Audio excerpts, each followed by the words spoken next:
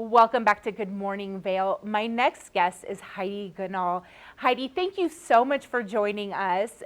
You have such an amazing story. You were the 2022 Republican nominee for Colorado governor, but there's so much more to your story. When I think of you, I think of the word resilient. You have overcome so much.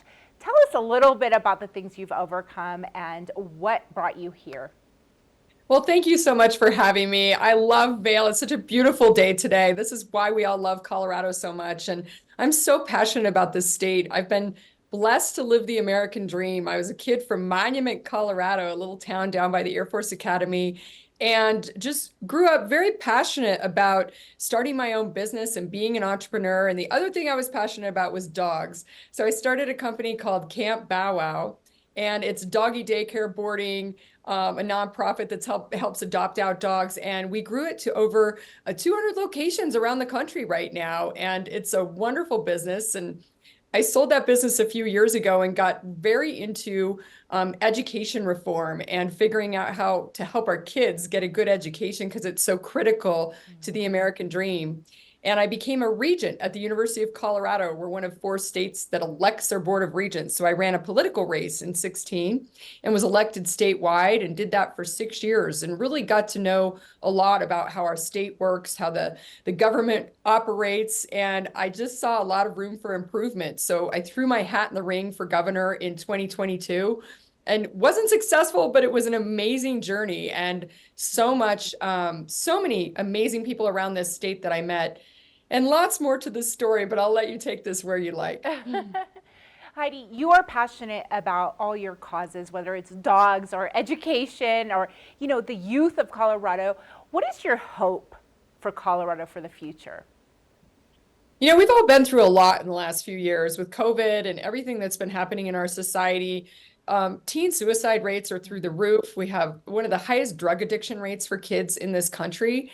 And, they're just losing hope. A lot of young people can't afford to live here anymore. So I think we've got to go back and just look at basic blocking and tackling. How do we make it affordable to live in Colorado again? How do we make this a safe place for our children while honoring and respecting, the rights that we've afforded through elections and through laws that we've passed to make things legal or not? And just really allow us to have a discussion about how to make things better for our children. I've been through lots of ups and downs in my life, and I've truly believed the art of the comeback, coming back from tragedy and from hard times, is to give back and focus on other people and focus outward and get our kids connected to the community and the world out there that they are a bigger part of. And you said the art of the comeback. What are we going to see from Heidi Ganahl in the future? Are you going to come back? Are you going to run for office again? Oh my goodness, that's a good question.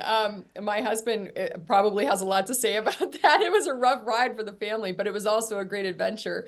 I'm doing the work to rebuild our grassroots movement across the state for conservatives and those leaning a bit libertarian.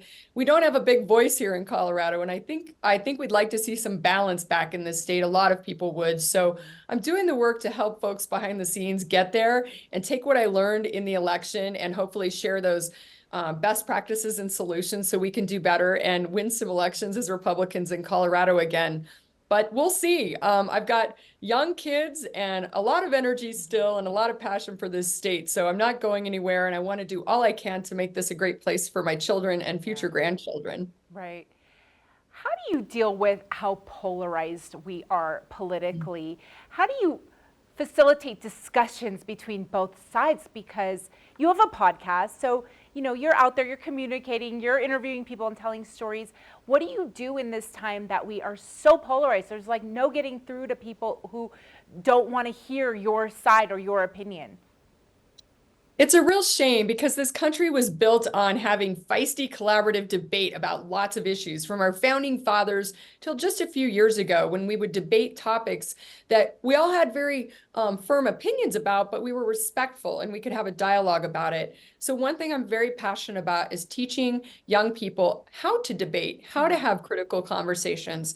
I launched a program at the University of Colorado called Free to Be Coalition, and we brought in different speakers from all sides of the equation to talk and and have those debates. In fact, one of the more interesting ones was a few years ago, we had Bobby Kennedy Jr., who's now running for president, debate Alex Epstein on the moral case for fossil fuels.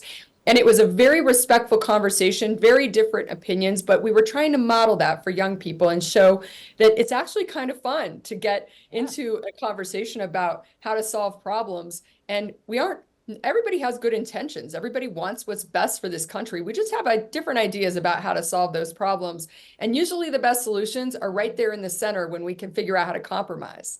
Amazing. I love that you're modeling debate and discussion for young people. Something else we should model for young people is listening. Sometimes you just gotta maybe listen, be open to hearing another side. I love that. Talk to us a little bit about your podcast and where can we find it?